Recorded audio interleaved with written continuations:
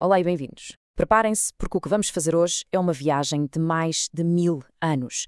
Vamos seguir o rasto a uma ideia, para perceber como é que o conhecimento do mundo antigo sobreviveu, como se transformou e, claro, como acabou por moldar o mundo em que vivemos hoje. Vamos a isso? E a grande pergunta que nos vai guiar ao longo de toda esta exploração é mesmo esta. Pensem bem, com a queda de impérios, com a perda de bibliotecas inteiras, como é que a sabedoria clássica não desapareceu para sempre? É, no fundo, um verdadeiro mistério histórico que vamos tentar desvender. Bom, a nossa história começa, como muitas vezes acontece, com uma enorme mudança de mentalidade.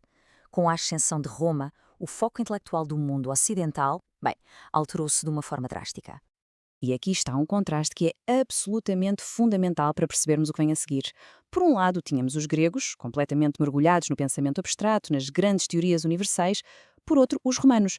Os romanos eram os construtores de um império, eram gente pragmática. Para eles, o que realmente importava era a engenharia, a lei, a administração, ou seja, coisas concretas. Não havia muito tempo para o que consideravam divagações filosóficas. E esta atitude, claro, não ficou estática, foi evoluindo. Já no final do Império, assiste-se a uma viragem espiritual. O misticismo começa a ganhar cada vez mais força e, com a oficialização do cristianismo como religião de Estado, as grandes obras clássicas, as obras pagãs, como as de Pitágoras, por exemplo, passaram a ser vistas com muita desconfiança. O foco estava claramente a mudar da razão para a fé. Ora, quando se junta esta mudança cultural profunda com uma enorme instabilidade política, o resultado só podia ter consequências dramáticas para o conhecimento. A Europa estava, de facto, prestes a entrar num longo crepúsculo, um período que muitos acabaram por chamar a Idade das Trevas. Se olharmos para a cronologia, percebemos a escala do que aconteceu. O Império Romano, que começa ali em 27 a.C., começa a enfrentar invasões bárbaras massivas a partir de 376 e tudo culmina na queda simbólica do Império do Ocidente em 476. Mas atenção, este colapso não foi só político, foi muito mais do que isso. Foi uma verdadeira fratura civilizacional que basicamente desmantelou todas as redes de saber que existiam. E o resultado foi uma perda intelectual que só podemos descrever como catastrófica. Com a desintegração do Império, bibliotecas inteiras foram destruídas, centros de estudo desapareceram do mapa. É difícil imaginar a quantidade de textos de filosofia, de ciência, de literatura da antiguidade que simplesmente se perderam. Muitos deles, provavelmente para sempre. Mas a história não acaba aqui, de tudo. Seria um erro pensar no período medieval como um vazio total. Na verdade, foi o palco de uma nova e poderosíssima fusão de ideias. A filosofia clássica que conseguiu sobreviver foi reinterpretada através de uma lente completamente nova, a da teologia cristã. E, curiosamente, a primeira grande influência filosófica a ser integrada neste novo mundo não foi Aristóteles, mas sim Platão, e foi através de uma corrente específica, o chamado neoplatonismo.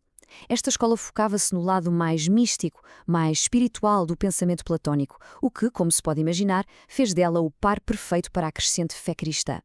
E as ideias centrais do neoplatonismo representam uma inversão quase total de valores. Pensem nisto. Para eles, a verdade não se encontrava cá fora, através da observação do mundo. Pelo contrário, o conhecimento era uma espécie de revelação divina. O corpo era visto como uma prisão para a alma. E os caminhos para a verdade eram a meditação, a busca por uma mente pura. Basicamente, era preciso rejeitar o mundo material e os seus desejos, que eram vistos como distrações da luz divina. Ok, e se há uma figura que realmente personifica e cimenta toda esta nova estrutura intelectual, essa figura é, sem dúvida, Santo Agostinho. Vamos perceber um pouco melhor como a obra dele conseguiu solidificar esta visão do mundo durante séculos a fio. Para percebermos o impacto dele, é importante ter em mente que Agostinho era um teólogo. Ou seja, a sua grande missão era estudar e interpretar a fé, definir as doutrinas que iriam guiar toda a cristandade. Por isso mesmo, a sua influência acabou por ser, monumental. E aqui temos a pedra angular de todo o seu pensamento. É preciso crer para compreender. Esta pequena frase, na verdade, encapsula tudo. Para Agostinho, a fé não era o oposto da razão. Era antes a sua condição necessária, o seu ponto de partida. Sem a crença inicial em Deus, qualquer tentativa de compreender o mundo estaria à partida condenada ao fracasso. Portanto, o caminho para o conhecimento, segundo Agostinho, era um processo totalmente interior e espiritual. O primeiro passo era rejeitar o mundo sensorial, as informações que vêm dos nossos sentidos. Depois, procurar uma familiaridade com as ideias puras, as formas perfeitas. E, por fim, atingir a verdade através da iluminação divina. Como se vê, a observação do mundo real simplesmente não fazia parte da equação. E, honestamente, é difícil exagerar o impacto que isto teve. As doutrinas de Agostinho, que colocavam a fé acima da experiência, não foram apenas mais uma corrente de pensamento. Não. Elas tornaram-se a doutrina dominante da Igreja durante mais de 700 anos. Imaginem, 700 anos a moldar toda a cultura e todo o saber do mundo ocidental. Mas, como sabemos, nenhuma estrutura intelectual, por mais sólida que seja, dura para sempre. E assim, após séculos de domínio do pensamento agostiniano, as sementes da mudança começaram muito lentamente a germinar.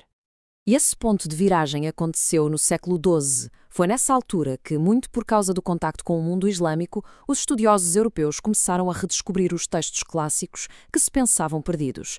E entre eles estavam as obras de Aristóteles, que ofereciam uma visão do mundo radicalmente diferente daquela que Platão e Agostinho tinham defendido. E essa redescoberta, ela desencadeou uma autêntica reação em cadeia. Este reencontro com o pensamento clássico foi o combustível para o Renascimento e para a Reforma já no século XV. E estes foram movimentos que, no fundo, desafiaram a autoridade e as tradições estabelecidas. E foi este novo espírito de questionamento que abriu caminho para aquilo que viria a ser a Revolução Científica no século XVI.